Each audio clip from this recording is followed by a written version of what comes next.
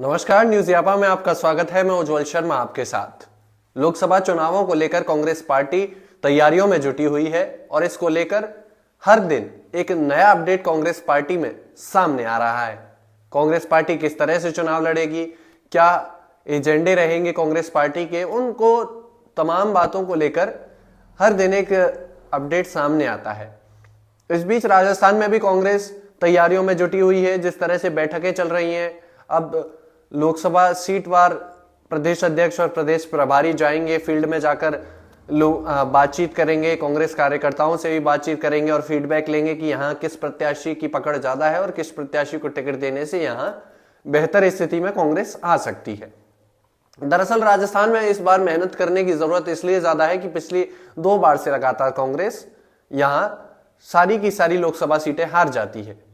लेकिन इस बार कांग्रेस पार्टी चाहती है कि राजस्थान में सीटों का इजाफा हो, शून्य ना जाकर शून्य से इजाफा हो सीटों में, और कम से कम 5 या 10 सीटों का टारगेट कांग्रेस पार्टी राजस्थान से लेकर चल रही है। लेकिन सवाल यही है कि कितनी सीटें कांग्रेस पार्टी यहां से ले पाती है। इस बीच खबर यह है कि कांग्रेस पार्टी ने सभी राज्यों में अपने तमाम दिग्गज नेताओं से यह कह दिया है कि आपको लोकसभा चुनाव लड़ना होगा। राहुल गांधी ने खुद कई सीनियर नेताओं से यह बात कही है कि आप लोकसभा चुनाव में उतरिए जिससे पार्टी को मदद मिले। दरअसल कांग्रेस पार्टी के लिए इससे बड़ा संकट का समय और कोई नहीं हो सकता कि जब इतिहास के सबसे बुरे दौर से कांग्रेस पार्टी अब गुजर रही है केंद्र में।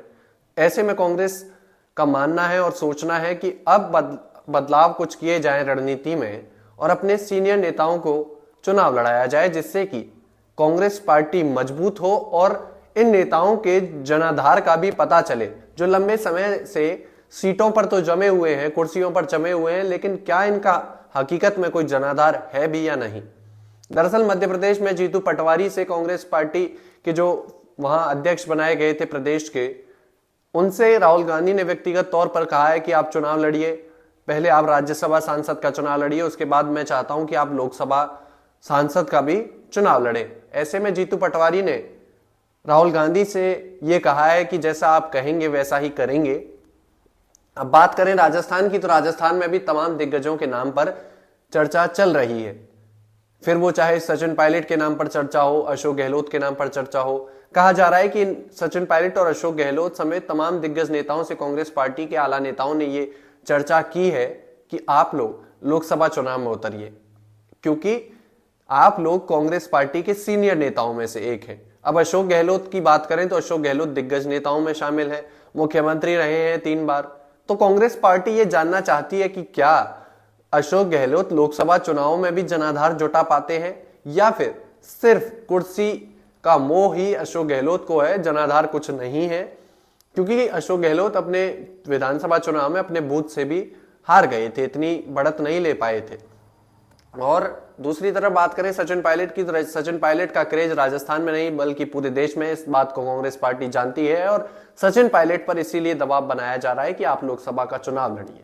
अब दिलचस्प बात यह है कि सचिन पायलट के लिए कई सीटें ऐसी हैं जहां से जाकर अगर सचिन पायलट लड़ते हैं तो एक तरफा जीत कांग्रेस पार्टी की होगी, फिर वो चाहे टोंक सवाई माधोपुर की सीट हो या और कोई सीट हो जिस पर सचिन पायलट जाएंगे, तो एक तरफा जीत होगी सचिन पायलट की और कांग्रेस पार्टी की। लेकिन क्या कांग्रेस पार्टी के लिए सचिन पायलट को मनाना इतना आसान है कि आप लोकसभा चुनाव में उतर जाइए?